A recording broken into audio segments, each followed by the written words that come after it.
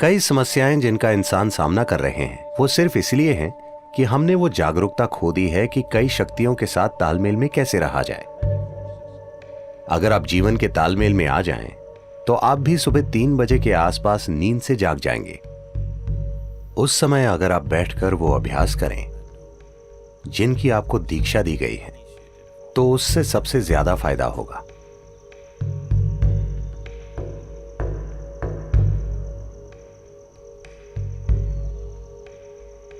जिस तरह से धरती घूम रही है और जो भी हो रहा है, उस वजह से एक बहुत बुनियादी बदलाव आता है सुबह 3:20 से सुबह 3:40 के बीच। इसे ब्रह्म मुहूर्त कहते हैं। ऐसा बस 33 डिग्री लैटिट्यूड तक ही होता है। आपका सिस्टम, मनुष्य का सिस्टम एक विशेष तरीके से व्यवहार करता है। यह एक संभावना है। तो एक जागरूकता रही है इस संभावना का इस्तेमाल करने की। आपका जीवन उन कई चीजों का परिणाम है जिन्हें हम ब्रह्मांड कहते हैं या जिन्हें हम अस्तित्व कहते हैं। तो हम इस जबरदस्त घटना का परिणाम है जिसे हम सृष्टि कहते हैं। हम अपने आप में एक अलग जीवन नहीं है। तो जब आप तालमेल में होंगे तो कुछ चीजें होंगी। हमारे अमेरिका के टेनेसी में स्थित आश्रम में ऐसे झिंगूर पाए जाते हैं जो 17 सालों में सिर्फ एक बार जागते हैं। क्या आपने ऐसा कुछ देखा है?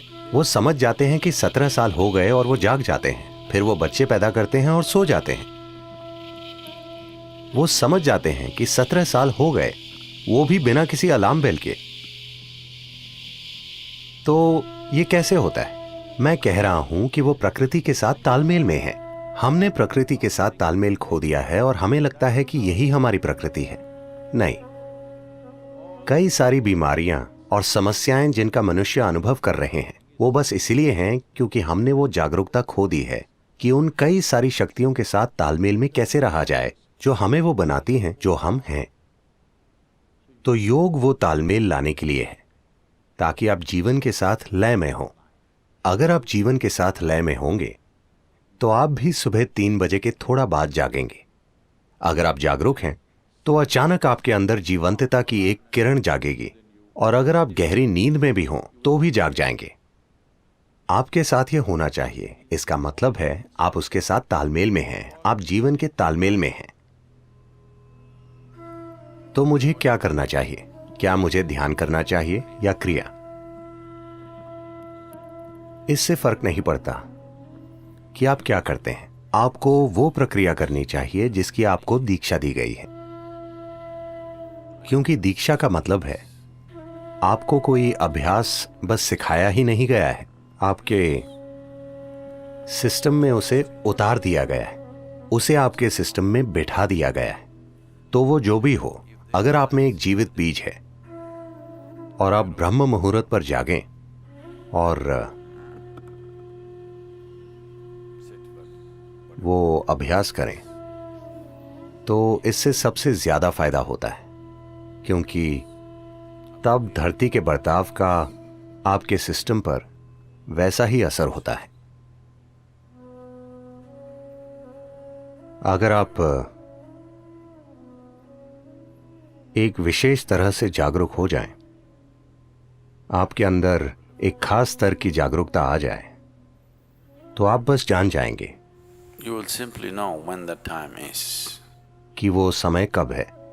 अगर आप सही समय पर सोने जाएंगे तो आपको घड़ी देखने की जरूरत नहीं होगी। आप हमेशा जान जाएंगे कि 3:40 बजे हैं, क्योंकि फिर शरीर एक अलग तरह से बर्ताव करता है। उस समय अगर आप बैठकर वो प्रक्रिया करें जिसकी आपको दीक्षा मिली है, वो नहीं जो आपने किताबों से पढ़ी है, तो सबसे ज्यादा फायदा होगा। उस समय बीज को अंकुरित होने के लिए जरूरी मदद मिल जाएगी, या वो अन्य समय के मुकाबले ज्यादा तेजी से विकसित होगा। यह सिर्फ दीक्षित लोगों के ही लिए है। अगर आप दीक्षित नहीं हैं, आप किताब योगी हैं, तो 3:40, 6:40, 7:40 इससे कोई ज्यादा फर्क नहीं पड़ता। ऐसे लोगों के लिए संध्या काल ज्यादा महत्वपूर्ण होते हैं। संध्या मतलब सूरज के उगने से 20 मिनट पहले से 20 मिनट बाद तक, या सूरज डूबने से 20 मिनट पहले से 20 मिनट बाद तक। दोपहर और आधी रात के लिए भी यही सच है, लेकिन उनकी प्रकृति अलग है। तो ये 2 संध्याएं उनके लिए बेहतर हैं जो दीक्षित नहीं हैं। 3:40 उनके लिए अच्छा है जिन्हें शक्तिशाली दीक्षा मिली है।